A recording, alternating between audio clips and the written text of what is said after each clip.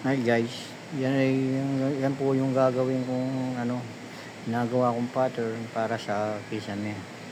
Medyo may yan ang tinatawag na pattern. Binubutas-butasan ko muna yan para kinakat-cut ko siya para mabakatan ko siya sa isang plywood para may transfer ko yan sa gagawin ko. At yan nga ay na-transfer ko na at butas-butasin ko na yan.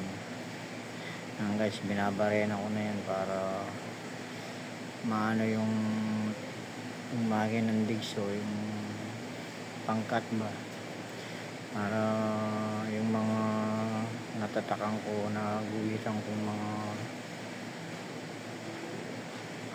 mga guhit ay may sundan ko yan para mabutasan ko ng at maano yung design, lumabas yung mga design niya ba para maganda naman tignan, gano'n. Hindi diyain pa yan para magandang lalabasan. At yan nga ay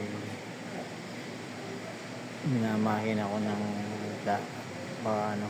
mga bilisan para makatapos kagad.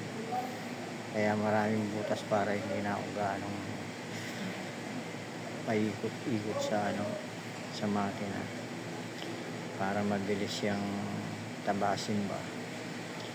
Kita nyo naman ang dami niya kasing butas niyan guys, para lumabas lang yung pinaka-design niya. Ayan o.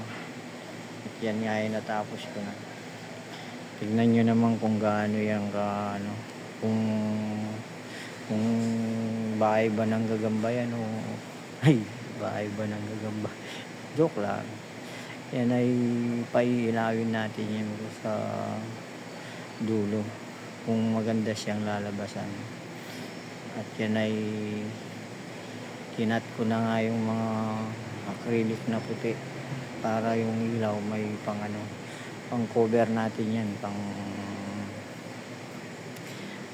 design din natin yan sa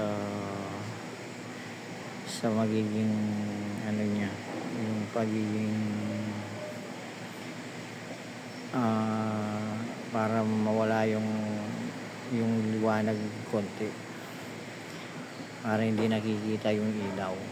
At yan ay linagyan ko na nga ng frame para nakaangat ng konti. Yan, tingnan nyo naman kung pangit o maganda. Yan po yung mga bulaklaki niya. Yung titignan mo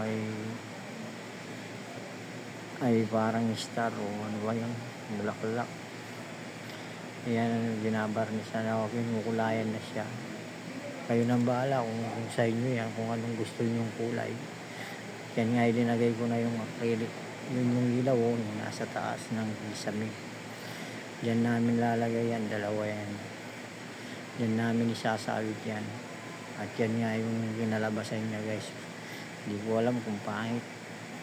Tingnan nyo na lang, kaya tumusga kayo at o kaya mag-comment kayo kung pangit lang siya o kung saan man nakarating yung design na yan.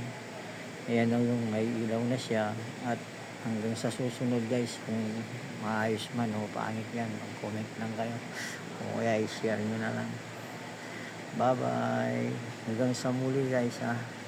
Magkita-kita ulit tayo kung maganda man yan o pangit.